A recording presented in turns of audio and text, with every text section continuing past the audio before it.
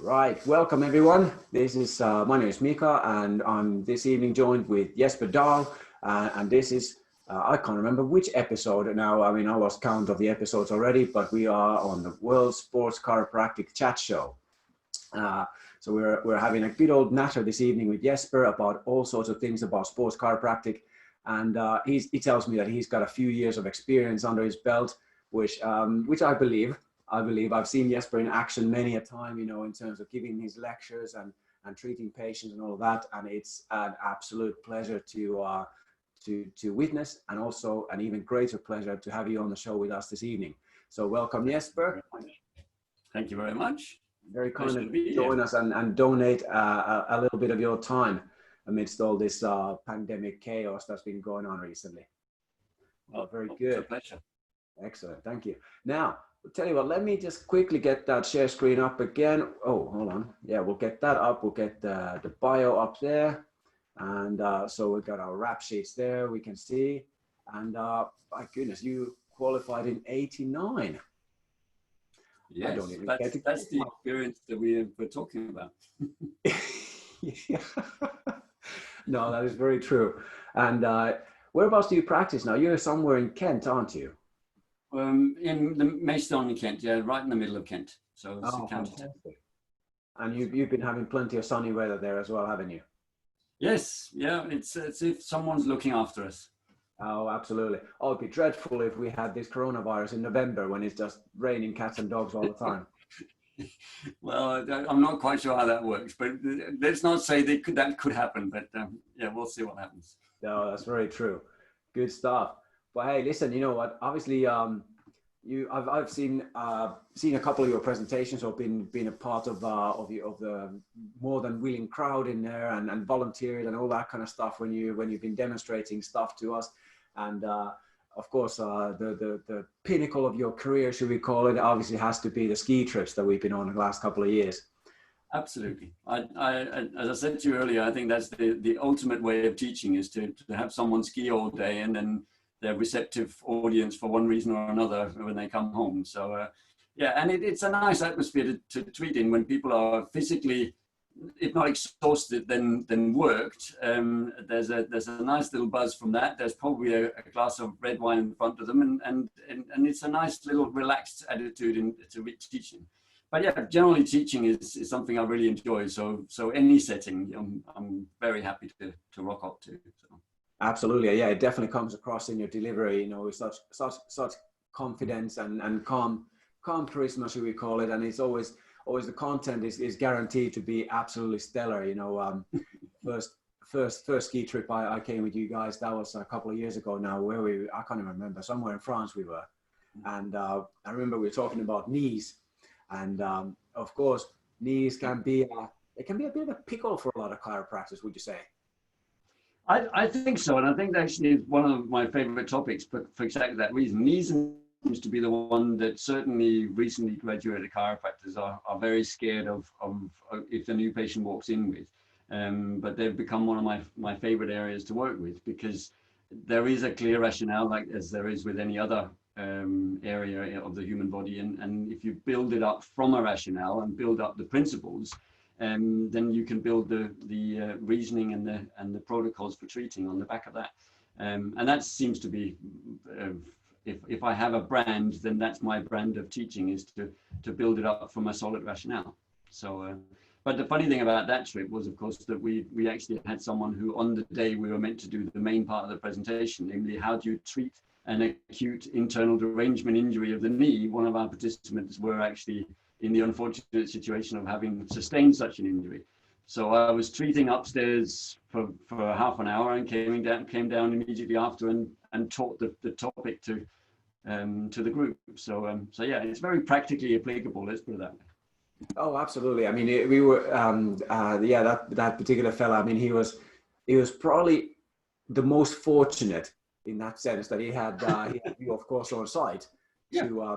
I can't remember exactly what happened there, but he had a bad incident, fell over and the ski didn't release, wasn't it? And he went 3 turns around or something like that, and blew up. What was it? ACL, meniscus, MCL? Was the whole complex basically? Yeah, which actually is the best case scenario, because that's the easiest one to treat. It's when they're isolated one or other that it gets a bit more complicated. But yes, it was say a complex injury, but the early management, as with a lot of those injuries, is the most important. And we were able to send him well on his way in that sense, and he's made a really good recovery, a full recovery, in fact. So. Yeah, that's right. Yeah, he's yeah, he didn't join us last year for the ski trip, but maybe he will come again. Hopefully, I don't treat the confidence level, but the physical level he's doing well, but the confidence level may still struggle for a little while after. Yes. No, that's right. Well, we'll put him on the nursery slope next time when he comes along. Just to build the confidence, isn't it? And maybe a glass of red wine with breakfast, that might inspire confidence as well. It wouldn't be unusual on that type of ski trip, but probably not the recommended course of action. Oh yeah, here comes the responsible teacher again, ruining. I'm trying to contain your excitement. Do you know what? My excitement is uncontainable, I think, at times. Fair enough. No, that's absolutely brilliant. But obviously you in your years in practice, you've seen all sorts of things and at all different levels of athletes. I've noticed in your bio that, and obviously from before as well, you were involved with the golf tour. Was that a PGA tour or was that European tour you were on? Both. Yeah. So in 2009, I answered a call for someone to come and help treat on the European part of the European tour. Was pretty much the remit. So Dale Richardson, who's been involved with FICS for a number of years, and was traveling on both tours probably for about 12 years before I joined, was just trying to build a team around being better able to treat golfers. So rather than being a one-man band, which he'd done for a number of years, he wanted to expand to be able to cover more golfers, but also to cover more aspects of treating golfers. But so that was 2009. In 2010, I went full time and traveled on both tours for, on average, about 25 weeks a year. So what we built is a team of about 10 different practitioners, mostly chiropractors and physios, but we also had podiatrists and medical doctors and other consultants online to try and look after and build the optimal golfer, if you like. And at its height, we were looking after 25 of the best 50 golfers in the world, and we're actually looking after 3 of the major winners that year. So it was a very steep learning curve, a very steep curve of success as well, and it was great fun. But of course, the interesting thing was that you realize how multifactorial this has to be when you're looking at improving on margins, and actually, rather than treating injuries, you're spending most of your time preventing injuries. Well, there you go. Absolutely. See, I wholeheartedly agree with that sentiment.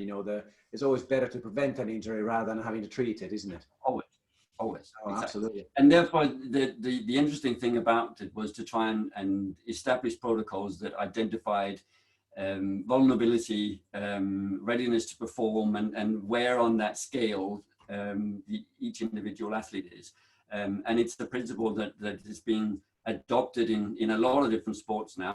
And golf was probably a relative latecomer in that sense, but having a number of different people or different professions involved allowed us to start looking at these things a little bit more in depth. So yeah. Oh, fantastic. So when you're talking about golfers, obviously, golfers, I used to be a real diehard golfer. I absolutely love it and still talk a good game, even if I haven't played for a while, having a young family and that. But, so a lot of people, non-golfers, I suppose, they have this vision of golf being not really a sport, because you don't break bones necessarily, and you don't get bruised and beaten up like you would in rugby, for example. So is it there for a sport? But of course, you and me know.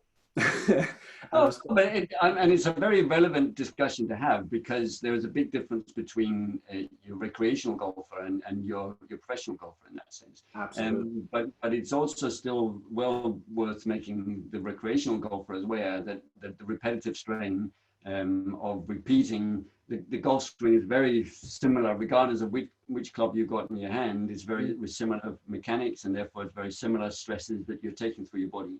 But a well-hit drive, even for a recreational golfer, is anything up to 3G. So it's significant force that goes through the body. The professional golfer will hit anything up to 5G. So it's amazing. And you see a lot of the more athletic golfers now are literally jumping as they on impact, they're actually above the ground. So it's a very athletic activity and very hand-eye body coordination thing. So yes, the discussion is it a game, is it a sport? But I would certainly say the modern game is a sport, and it's very athletically minded. And we've seen that with certain interventions, we can actually improve the golf by very athletic interventions. So if you strengthen people, if you plyometrically train them and so forth, that will increase the length of their swing. And so it is, as any other sport, the principles behind the strength and conditioning is the similar. I suppose, you know, going out of days of having a stiff brandy as a warm-up before golf round now with the pros. I think there are very few golfers who certainly that make a living from it that would say that that's part of their routine. But yeah, see, we're only a generation out from that. I think that we can all think of golfers that look and behaved as is that was certainly part of their lifestyle. But because the margin is so narrow now that the top 50 there's so little between them. That you are generally thinking of talking about athletic optimization and performance optimization, and therefore it's early to bed, it's good diet, it's assessing their sleep. I was having a discussion with one of the medical doctors that I've worked with for a number of years, and he said, well, now what we're actually chasing is sleep and chronic inflammation, and if we can optimize the management of both those factors, we're winning. Well, yeah, there you go. So, I mean, I don't know. I suppose a lot of your working sports chiropractors understand the difference between a professional athlete and a recreational athlete, and you know, to a degree where your professional athlete spends that time your normal average plonker is at work, they spend those hours doing their sport and getting ready for sport and recovering sport and that. So you know, there is that is their job, isn't it? So they have to be ready. They have to be, and that was very much the setup where we were working, is that we are part of that work day for them. So yes. Depending on, I mean, true of almost any sport these days, the off season is so short that a lot of the off season work has to be done leading up to each competition. And that makes it relatively difficult to achieve with any certainty and predictability. But yeah, it's a work week that works towards an end result, and all factors are considered in order to make that happen. But it's still, although that's unrealistic for your recreational golfer, a lot of it is convertible to when you then treat these golfers or any other athlete, and it's amazing how much credibility it gives you when you work with these guys, because suddenly people listen. I've been in a number of different sports where you turn up at your local club and say, I think you should be doing this. And they go, no, we won't, because we've always done it some other way. Whereas if you turn up and say, well, this is what the top 50 do because I work with them, then suddenly that takes on a different weight, for want of a better word. Oh, well, quite, you know, subtle name dropping, you know. It does work. There you go. I suppose, you know, none of us are immune to a little bit of flattery and a little bit of flashing famous people around, because I suppose, like you said, it just gives your words that little bit of weight and enables your sort of average Joe blogs to kind of perk up and listen. But, you know, one thing, yeah. I mean, the other thing you were mentioning there was about the sort of sleep optimization and controlling inflammation. I mean, that of course is something that is coming to professional sport across the board. I was reading, I think I was reading a book a long time ago. It was by Dave Brailsford, the Sky cycling boss. And he was talking about all the different things Team Sky was doing that were different to every other team. You know, the marginal gains, he called them.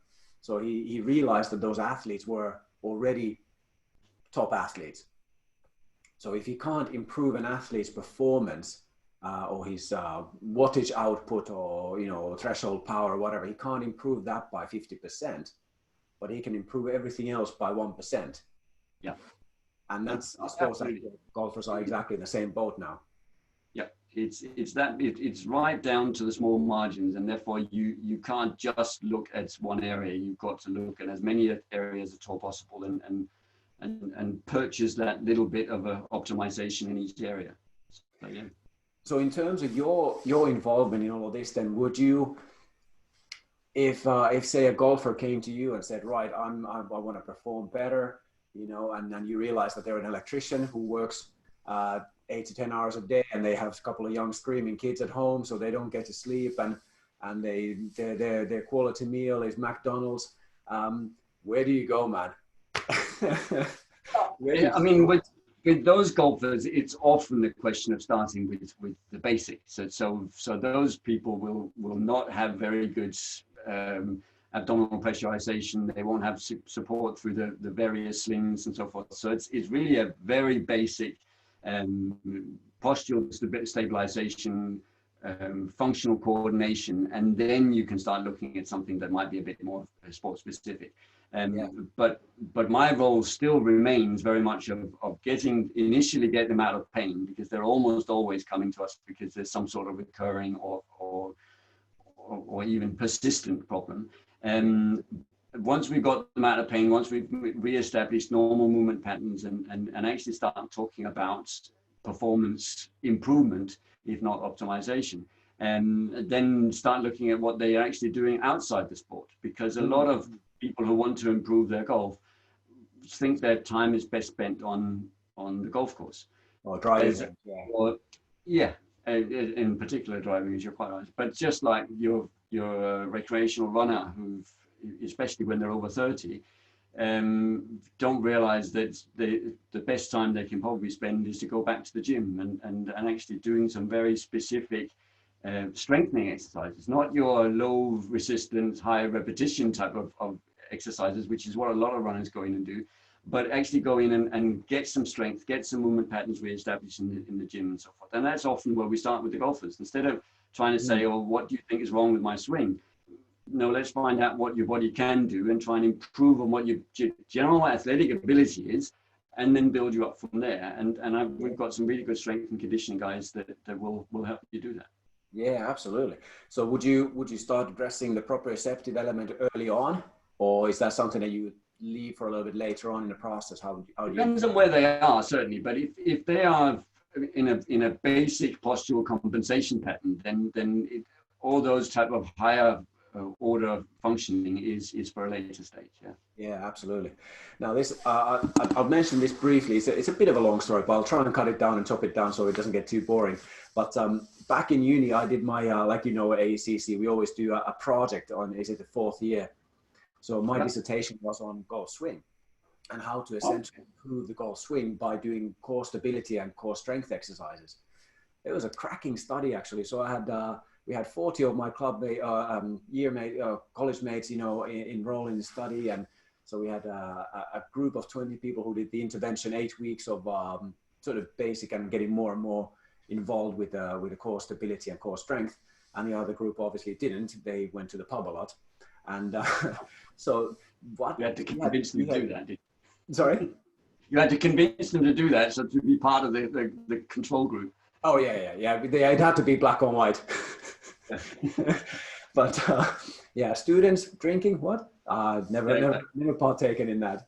But yeah, so it was a cracking study, actually. So we had kind of a hidden motive, a hidden agenda in there. So the instruction for the participants was to go for maximum club head velocity. Hit it as blinking hard as you could.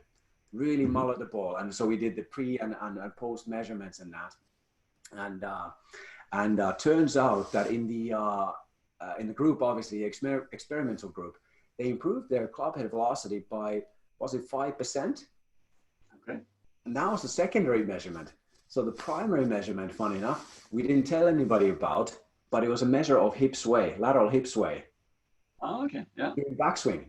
So how well were they able to stabilize and obviously then generate that power as a secondary measure? but that was cool because they improved by 20% on average. And that's huge. And I mean, yeah, maintaining your shape and your form, and therefore your stability to generate the power from, and this whole kinematic sequence of making sure that the power comes from the right place is really what makes you athletic. A good looking golf swing has nothing to do with it. And of course the sorry about that. The perfect example of that is Jim Furyk, who's often described as his swing looks a bit like an octopus falling out of a tree.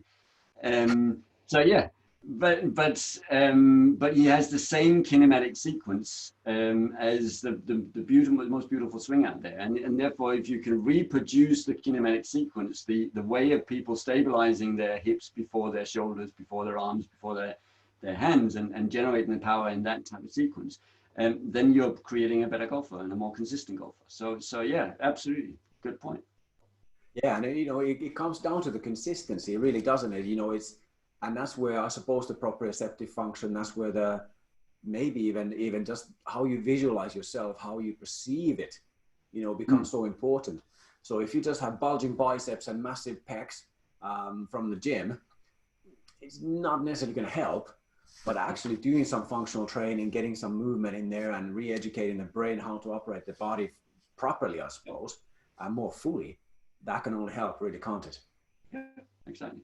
So, and as often is the case, is that if you control proximally, you are actually allowed a greater distal range of motion anyway. So it's just changing training for range of motion is almost unattainable. But if you train with control of range of motion, then suddenly it will develop within it. So yeah. Yeah. See, therein lies again a little thing about, maybe it's a play with words, but I always like to think about mobility. So if you have good flexibility, but you have no control over it, it becomes potentially dangerous, but at least useless. Again, if you have massive strength, but you have no movement, again, doesn't really help you at all.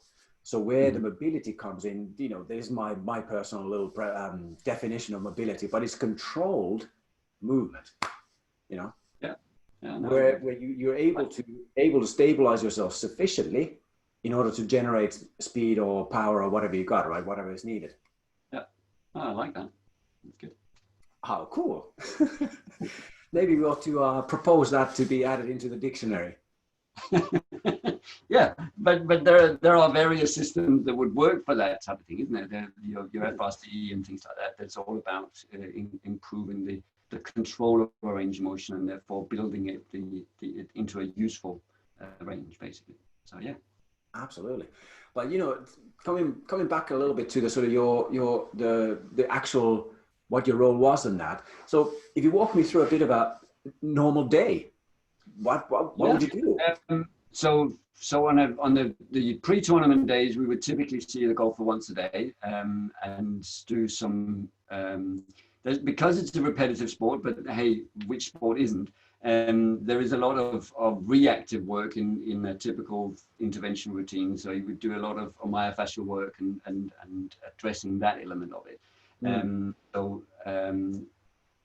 That would be part of it. But in a typical tournament day, we would see the golfer as part of their warm-up. So we would make sure that we did a functional screening assessment that would take us about 20 minutes, but that would lead into a functional warm-up routine as well. So that we would typically be the last people that they saw before they went on to do their technical warm-up on the range. Yeah. And then when they come in from the rounds, then we would see them again fairly immediately after, before they left the course, for again this reactive routine, but also very much a proactive routine of making sure that yes, everything is firing, everything is good. You can now go and do your recovery routine with the confidence that everything is good. I actually think that the warm-up routine was as much a mental readiness routine, that in having the golfer see that this is my typical pre-game checks, and as long as I pass the ball, I am good to go. Sort of thing. Yeah, absolutely. So that would be the typical tournament coverage, if you like. And what then expanded into that was that we would almost become performance directors, in a sense that we would look at or try to ensure good diet, good sleep, looking into choice of footwear, which is an interesting topic when you're then having to have that discussion with their foot sponsor and shoe sponsor and things like that. So all those elements where you suddenly realize that here's another area where we can buy a few of those percentages that you were mentioning with respect to performance optimization before. So absolutely. So that would be a typical tournament week, but we would also then travel to the golfers when they were not playing in a tournament, and they then be able to do more of the really proactive work of being part of their strength and conditioning, making sure that they can perform correctly in their strength and conditioning. So although we had dedicated strength and conditioning trainers, that program would be prescribed, but we would be part of the enabling team, if you like, to make sure that would happen. And then measuring, we spend a lot of time trying to work out how this readiness to perform is best assessed. Are we just looking at how long time did I actually sleep last night and rate the sleep? There's a lot of research that says that just rating how you feel is almost as reliable as when you start looking at heart rate variability and things like that. But we experimented with all versions of that, and when it really boils down to it, it again becomes very individual of which athletes liked the tech and which athletes really don't like the tech. And you can't force people to do something that requires an almost daily routine if they don't identify with it. HRV has to be done 3 times a week in a minimum to be a reliable measure. And if they don't like doing anything until they've had coffee in the morning, they're not the ideal athlete for HRV, because we don't want to influence what their heart rate is doing. So. No, that's right. Absolutely. No, it's an interesting point you make there in regards to the, having the measurement, having the data and having the tech and all of that. And then somebody goes, well, actually, I don't agree with that. You can't really argue with that, can you? No, and most athletes are young, so they have other agendas. Some of them in golf, they have a long career. So some of them will have children of varying ages. That dictates your daily routine. So you've got to all the time be willing to adapt and accommodate and find a way that everybody deals with. But getting the buy-in from the whole team was actually a real learning curve as well, is to realize that, again, in golf, there's some really interesting traditions with respect to the role of the caddy, and basically carry the club and shut up. It was the traditional way of doing it. But now realizing that he's such an asset and a potential ally in the way that you're developing a game and developing an athlete, and that more and more the teams are actually really actively interviewing and screening for the right person to fit in that mix. So yeah, really interesting part of being in that process as well. And I reckon the caddy has potentially a lot of influence over the golfer in a way, or at least they spend 4 hours every day on the round with the golfer anyway, so they tend to chat a fair bit. And and then you had caddies come in and say, well, he said 2 words to me today, must be a good day. So there are very varied relationships on tour between the caddy and the golfer. But I think, again, it's one of those where you can really make a difference, and the mental health can really be maintained by, or a big part of the mental health can be maintained by what the caddy does and doesn't do. So finding out how you best use that tool is another area for optimizing. And I reckon it's an area that most aspiring chiropractors or golf chiropractors would have never even considered. No, and it probably shouldn't necessarily be, but because I was on tour for 7 years full time, we're just buying into all sorts of areas that are not traditionally chiropractic. But as I say, our role changed more towards becoming performance directors, and then therefore you really are looking at every area where you. That's right. Yeah, absolutely. Cool. But I mean, yes, there's still very much a place for physical therapy, and applying that correctly is obviously a big part of what we do as well. No, absolutely. No, I mean, we touched up on that subject I think a couple of in a couple of our these chat show episodes. When it comes to the confidence that a good chiropractor can give to an athlete. So an athlete golfer comes to you in the morning. What time do you have to wake up for those things anyway? Some of them were ridiculous. Qatar is the one tournament where it just seems to start silly early in the morning. There would often be a 3 in the alarm clock, and that's unreasonable. But it certainly wouldn't be unusual that if they have an early tee off, we would be up before 5 in the morning. Yeah. So there, if you are considering, joining PGA Tour as a chiropractor, you better sort out your sleep cycles, isn't it? I don't know how many times I said exactly that. Had they told me that I needed to get up early, I would never have joined this circus. But hey, yeah, you thought it was going to be like from 10 to about 1, that kind of thing. That would have been good, yeah. Yeah, then retire for a bit, have a long lunch and a nap maybe, and then have a look at them in the afternoon or evening, and then turn in. Yeah, it's simple, right? Long days. But actually, the point I was about to make there was about the role of the chiropractor. So an athlete comes to you in the morning and they're feeling a bit of a niggle. Now, obviously, how you as a chiropractor respond to that is very important, and may potentially be the difference between making that putt on the 18th or not making the putt as it goes. Whether you are inspiring that confidence with right, let's look at what's going on, let's adjust it, let's get it right, you're good to go, son. Or, oh, I'm not sure about this one. But hey, that's true in any clinical interaction, isn't it? That you can dig a hole for yourself and your patient, in the sense that if you catastrophize, if you show any uncertainty, and especially if you start talking in strange language, it creates an uncertainty that actually is not in anybody's interest. And that's certainly true of the athlete, because it's their livelihood, but it's also true of your average day-to-day patient. But yes, I think, as I said before, the mentally feeling that I've been checked, I'm good to go, was a big part of our warm-up routine. And that's why I think functional assessments, where you involve the patient, is, can you do this? Don't worry too much if you can't, because then we'll do this, and now you can do it, so you're good to go. Is a great way of pre-post treatment assessments will gain the patient's confidence as well. That's right.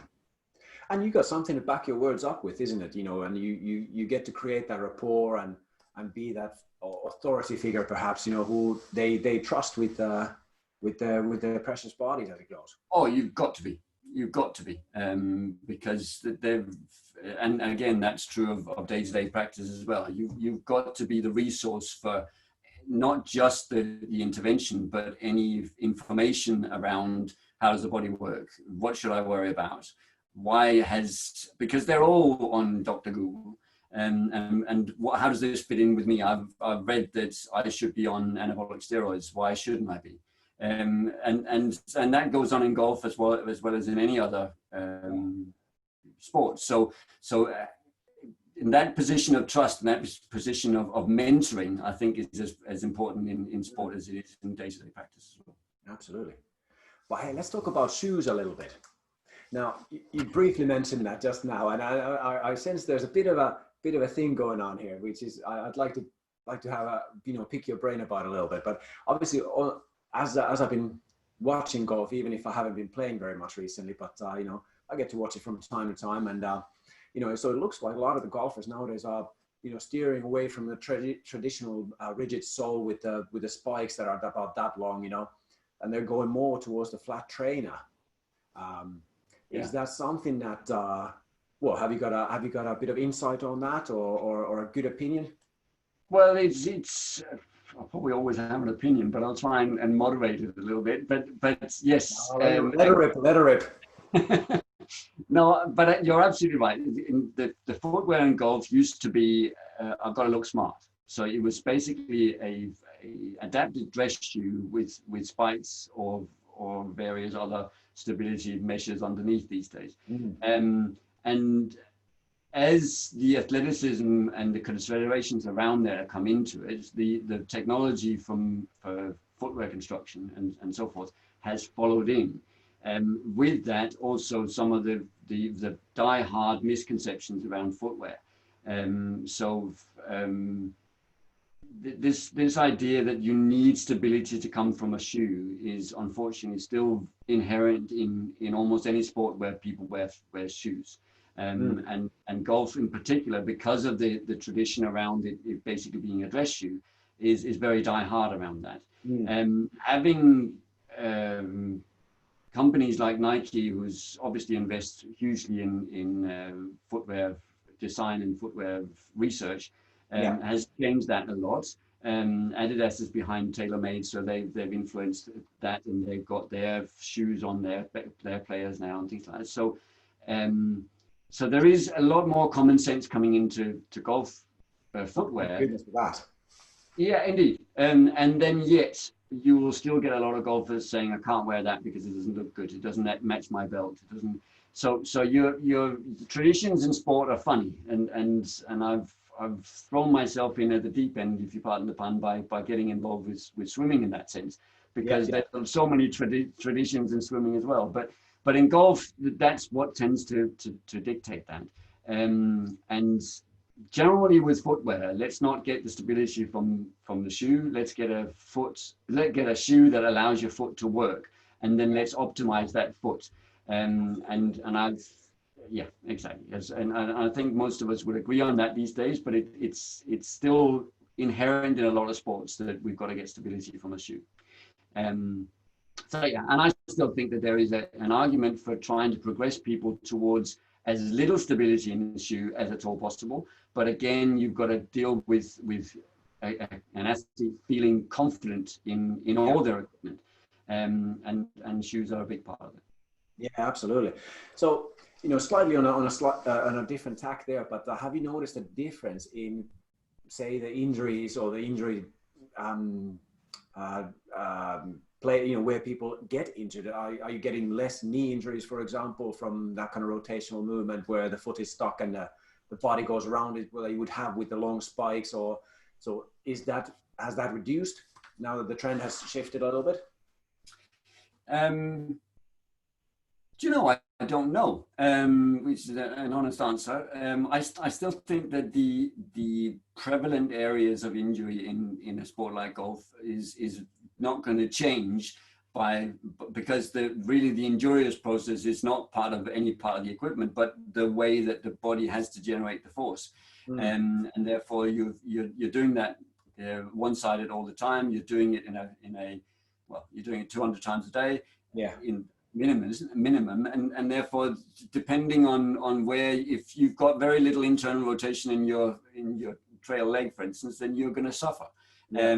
Unless you're willing to then say, well, I've got to buy more internal rotation by turning my feet out in my stance and so forth. Yeah. So I think it's not necessarily yes, it is an individual equipment consideration, but it's also an individual anatomical and functional consideration. And I think that's really where our strength is, and that we lend credibility to those type of considerations by, if the coach notices that they can't do enough internal rotation, we can either try and optimize that from within the anatomical limitations of the individual athlete, or make suggestions for how that might be able to be achieved by this particular build. Yeah, no, quite. No, there's just reminded me of a funny story. Actually, this happened quite a few years ago. Now, I was relatively new in practice still, and didn't know how to sort of moderate myself very well. But so I met this new patient who came to see me, and he was a very keen golfer, and he was referred by one of his other club members at the club, and he came in, and he was sort of their star performer, star player, and he was going to be playing in a club match on the weekend, and he came to see me on maybe on a Thursday morning, that kind of thing. And he had a dreadful back, and he was he had SMS. He had the stiff man syndrome, those kind of guys. And he was all arms with his swing, and his legs were just like tree trunks. He didn't really move them at all, and this and that. So it was a very archetypical bad swing. But so I thought, I'll really make a difference with this guy. And so after the session, he got off the bench and he went, oh, wow, you know what? I haven't felt this good in years. You know, I was able to move and do all sorts of things. And obviously, he promptly went to touch his toes and everything was fine. So I said, right, you know what? You go ahead and do your thing, play in the match on the weekend and enjoy yourself and this and that. And I'll see you on Monday and we'll see how everything goes. So he comes back Monday and he's an absolute thundercloud. I says, so how'd it go? You know, sort of trying to break the ice a little bit. He's dreadful. So bad. What do you mean? Were you in pain then? No pain. No pain whatsoever. I couldn't control my swing at all. So all of a sudden he had all that range of motion available to him that he just couldn't control. And hence he lost the match pretty badly, pretty ugly. And I think there was some heavy betting going on as well. So he wasn't best pleased.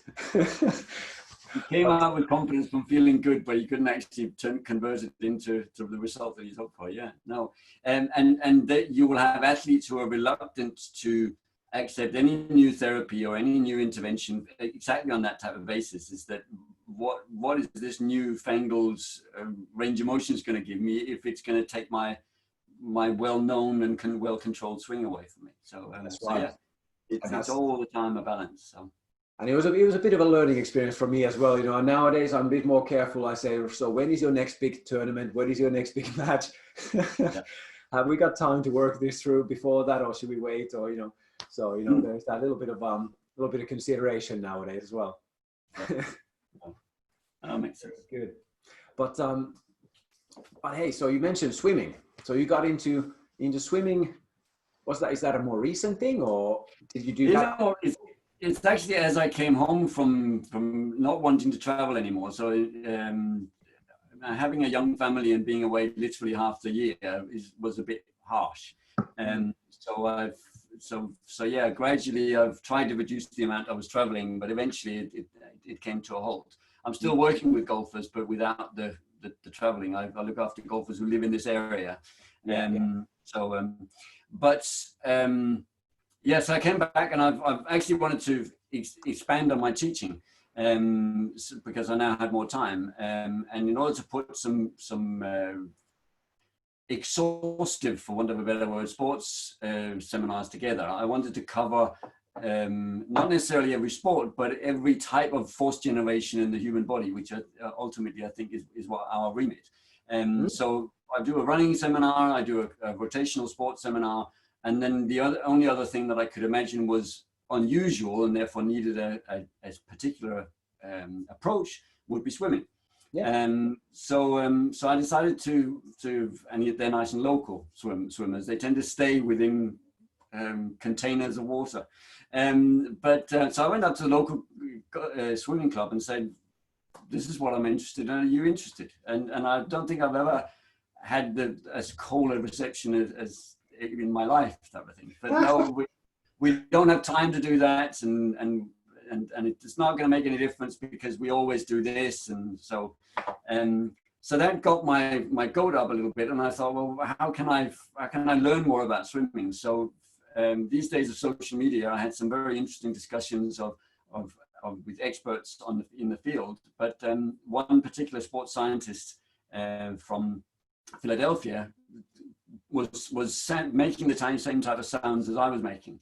And her and I then met up at a conference up in the Excel Center in London, and hit it off. We're saying very much the same things of how swimming is actually, and this may get some people's back up, but is actually a sick sport.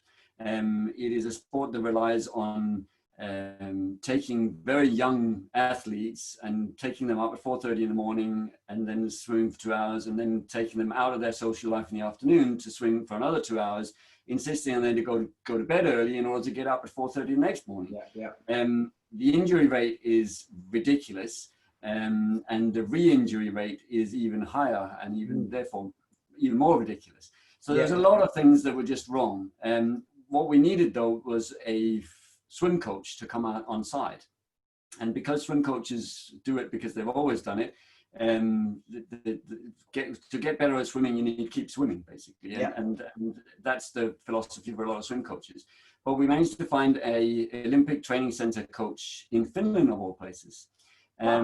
So yes, so the three of us are basically making up the Swimming Performance Institute, and we've knocked our heads together. We had a number of Skype and Zoom calls to build a model, and then we met up for a few weekends in this area, and thrashed it out. So now we've got a screening protocol that builds from a level 1, which is what we get the involved parent to do poolside, a level 2, which could still be an involved parent, but they need a bit more training to do it, so they can determine, is it a coaching issue, is it a musculoskeletal and like a conditioning issue, or is it more of a forgot what the last one is, technique issue, and therefore which expert do they refer back to, and so forth. And then that expands into a level 3 and 4, which is actually training for the interventionalists, so the coaches and the physical therapists. And a fantastic program. Again, we went to local swim clubs and they were not interested. But having connections is what makes the difference in life. So we went to a swim conference in Malmö in Sweden and met up with a number of national teams.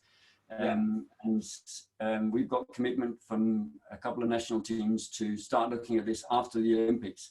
Unfortunately, the Olympics has now been postponed, but they're going to use our screening protocols to help develop their strength and conditioning, or dry land programs, as they call them in swimming, in the lead up to the next Olympics.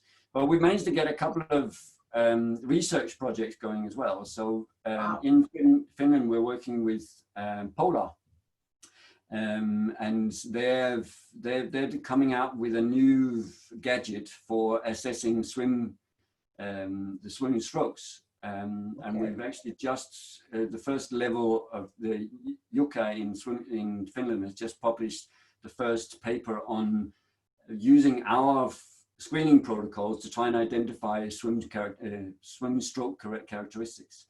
So yeah, a real steep learning curve again, but it's a little bit like, well, if you won't listen locally, we'll go globally and then come back and tell you what the big teams are doing. So yeah, exactly. That sounds really amazing, though. Sounds really cool. It's been fun, actually. It's been a lot of fun because I wasn't a swimmer by any means. What I did, I had my midlife crisis, so I've done a few triathlons. Not to your level, but it meant that I bought a good bike. Never got to enjoy that, but I actually showed up in the pool not knowing what was the front end or the back end, but ended up being one of those people on the side saying, is this the best entry or is this the best entry? And being very interested in the technical aspect of it. But that was about my swimming involvement. But being involved and interested in how the human body works was really what I wanted to try and expand into to include swimming. Oh, absolutely. No, that sounds really cool. No, I think we might have to have a chat off record at some point about that, because give you a little bit of context. So, I signed up to do I'm in Barcelona in October this year, 2020, and it hasn't yet been cancelled. Okay. So I'm in a bit of a dilemma because I haven't swam since May last year. Okay. Yeah. So optimization is not necessarily what we're talking about. You just want water around you. No, survival. Survival is the thing we're talking about here. I need to kind of be able to swim that 3.8 kilometers and essentially not drown, so that I can get to enjoy the bike and then endure the run later. But yeah, maybe we need to have a chat about that later. I'll be happy to. It's a great topic. No, absolutely. And I mean, swimming is one of those things when you look at swimming, I suppose it really again reflects back on the athlete. What are their limitations? What are their strengths? What can they do? Yeah. And that then dictates their performance in the pool. But and that's exactly the remit of what we're trying to do, is to identify the people who are likely to hurt themselves, and then find out how can we stop that from happening. And in a sport like swimming, how can we prevent it happening again? Because there's such a high re-injury rate that there are more injured swimmers swimming than there are hockey players injured, and they won't be playing when they're injured. So it's out of whack, that sport at the moment. Hey, I have an idea for you. Why don't you cancel the 4:30 swim? Well, I'll see how, but then you'll have to change the name as well. Yeah. We'll come up with something. We'll come up with a catchy name for that. the midday swim after sandwich, that kind of thing. Yes, exactly. No, that sounds great. So in terms of then treating swimmers, have you now got a couple of local clubs on side, or are you still butting heads? I think we're butting heads less, but actually how I preferred working with any athlete is on the individual level. So I don't necessarily, my mentality is just not for working in a team environment as such. And I know a lot of people really enjoy that. I'm more for individual sports, and therefore I still have the swimmers come to me, but at least we're having a little bit more of a conversation when I send them back to their coach and saying, this is what we're working on. This might be why for a while they will have problems doing A, B, and C. So yeah. So do you actually have then dialogue with the coach as well, or mainly just relay through the swimmer? Sorry, I didn't hear that. Oh, sorry. Yeah, no, I was just asking if you actually have a dialogue with the coach as well, or do you mainly rely on the swimmer to convey? Yeah, and again, consent is obviously a big part of that. But yes, we do have conversations with the swimmer and coach. Swimming there's a lot of parent involvement. So often if you talk to the parent, that's actually the bridge between the individual athlete and the coach. But ideally you want the coach on side. So therefore to get them to understand, if not the necessarily all the individual elements, but at least the general goals that we're working towards. Yeah, absolutely. Cool. Well, hey, you know what? I really wish you all the best with the new venture. I mean, that sounds absolutely amazing. I'm sure it's going to do a world of good for all swimmers in the world. You know, that is like you said about the injury rates. That is astronomical. You know, when you come to think of it. That would be the way of measuring success. Yeah, I think that would be the way of measuring the success. Is that if we can actually have an influence on injury rates, then that would be what we're trying to achieve here. So, you know, coming slightly back to the golf we discussed earlier exhaustively, but did you guys keep stats? I'm assuming you recorded a lot of things, you know, and did you find the drop in injury rates with the golfers when you guys were on tour, or was that so? Yeah, one of the things that we looked at, and interestingly, that Dale had been looking at in the years preceding us becoming a bigger team was things like how many tournaments people would actually pull out of because of injuries. Yeah. And that was a very easy stat to look at and a very easy stat to compare. Mm-hmm. And that was probably where we had the biggest difference, is that we reduced the amount that people pulled out. Well, there you go. See, that's convincing if nothing else is. You know, if you keep athletes playing and you keep them earning money, they must be happy as Larry. Well, that's the thing. In golf, as in any other sport, if you're not there the last day, or certainly in the weekend for the golfers, you're not making any money at all. So, right. you want to be there. No, brilliant. You know, one thing I was thinking, coming back to the swimming a little bit again, but in terms of breathing, you know, obviously swimming.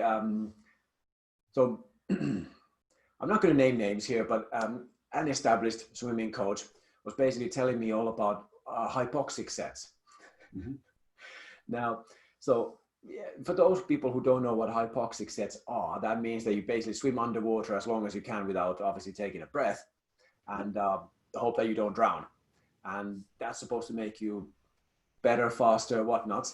Have you got any thoughts on that? Well, it's not my area of expertise, so I'm not going to go into the specifics of what they're trying to achieve. But it's a classic example of tradition in a sport that this is what we've been aiming for, and this is what I've been told by my coach. So my swimmers are going to go through it as well. One of the classic swimming memes about that goes about at the moment is that if you think your sport is difficult, try and do it without breathing. It is a slightly strange thing. We all know that hypoxia is really not good for you. If we come back to one of the overriding principles of trying to prevent injuries, is you want to limit inflammation. Now, hypoxia causes inflammation. So there are very few on a foundational level, coming back to that, there are very few arguments for making this a regular part of practice. There may be a part of being able to control and actually be confident in the water. A big part of that is not being scared of drowning. And you may think, well, that's in the learn to swim area of the range of the sport. But actually, there are quite high up swimming athletes who still have basic, almost moral responses when they initially get in the water. So you'll see swimmers who are scared of putting their face in the water and will actually lower themselves. So those type of things, I think there are certain techniques that are being used even in performance training that are based in the learn to swim principles of get confident in the water. But hypoxic training, certainly when we're talking systemic hypoxia, is not a good thing. Strength and conditioning are obviously working on isolated hypoxia training now. And again, I don't fully understand that, but at least you don't compromise your general inflammatory mechanisms. And I think that's one of the main risks lie. Now, do you know, I just remembered a story about, this was funny enough, a Finnish swimmer a few years ago. He was a bit of a hot sausage at the time. And he went to I think it was either world champs or European champs. And he won a lot of races because he swam the first length completely underwater. He didn't come up for a breath at all. And so then people sort of, what's going on? What is the guy doing, right? And I think they then instigated that rule the following year or a couple of weeks after that. You have to come up. Certainly not allowed. It's not allowed anymore. To dive a certain amount. So your pearl diver can't enter. Well, they can enter, but they still have to come up and actually do the stroke that they've entered the race for. Yeah, exactly. Yeah, no, that was the fastest 100-meter butterfly ever with a single butterfly stroke. Well, it's probably a dolphin kick, but underneath water, so therefore you don't have to do the exerting bit of taking your arms out of water. So that's right. But no, the Finnish trainer that we're working with, the Finnish swim coach we're working with, is based in Rovaniemi, which all right, all the way up north. So yeah, so you will know that's where Santa lives. So of course, absolutely. So I now have the real Santa. Yeah, I realized that. There's one in Greenland, but he's not the real Santa, I guess. No. So, but basically, I now have connections to Santa. Oh, you know what? Funny story about Santa. So we took the kids to Santa's workshop a couple of years ago, and obviously my kids, unfortunately, they don't really speak Finnish well or at all. Okay. And so we went to see Santa, of course, to get the photos taken, and there's me and Santa nattering together in Finnish, and my girls are like that. And so afterwards, my eldest asked me, "So, Daddy, what was that thing about Santa?" "Oh, we were all buddies, we were just, catching up from years ago and that." And, oh my goodness, Daddy knows Santa. It was the funniest thing. They were good as gold for the rest of the year until Christmas. Absolutely. You have connections. Yeah. Oh man. Hey, you know what? That is, I think, is a great place to start winding this one up. I mean, absolutely, it has been a pleasure having you on the show, Jesper. Thank you for the words of wisdom and your opinions and insights into various different things. And I really thank you on behalf of FICS and of course myself. I've learned a lot from you over the years and will continue doing so in the future. So I look forward to our next little natter. I'm sure that will come up soon again. Maybe on piste.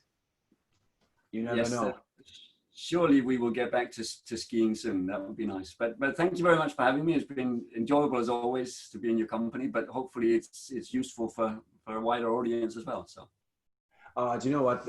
So far the response to these little chat shows has been very good. Actually, a lot of people seem to enjoy them, and I mean, come on, I enjoy them. I get to talk to a lot of cool people, and learn in the process, and talk shop. I mean, come on, what's better than that, right? Sounds good to me. Absolutely. No, sign me up for one of those. Brilliant. But hey, listen, on that note, we'll stop the recording there. And once again, thank you, Jesper. And we'll look forward to the next episode that should be coming up next week.